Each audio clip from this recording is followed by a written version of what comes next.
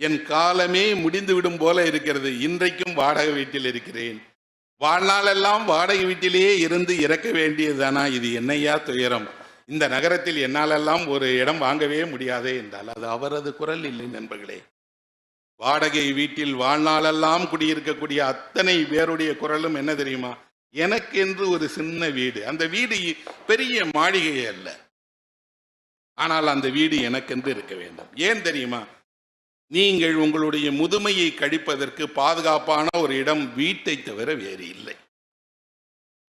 உங்கள் பேரன் பேத்திகள் வருவதற்கு பாட்டி வீடு, தாத்தா வீடு என்ற ஒரு வீடு வேண்டும் தானே?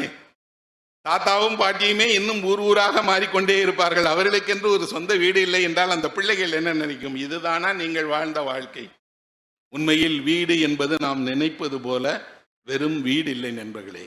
தமிழில் வீடு என்பதன் உண்மையான பொருள் என்ன தெரியுமா? சொர்க்கம் என்பதுதான் வீடு.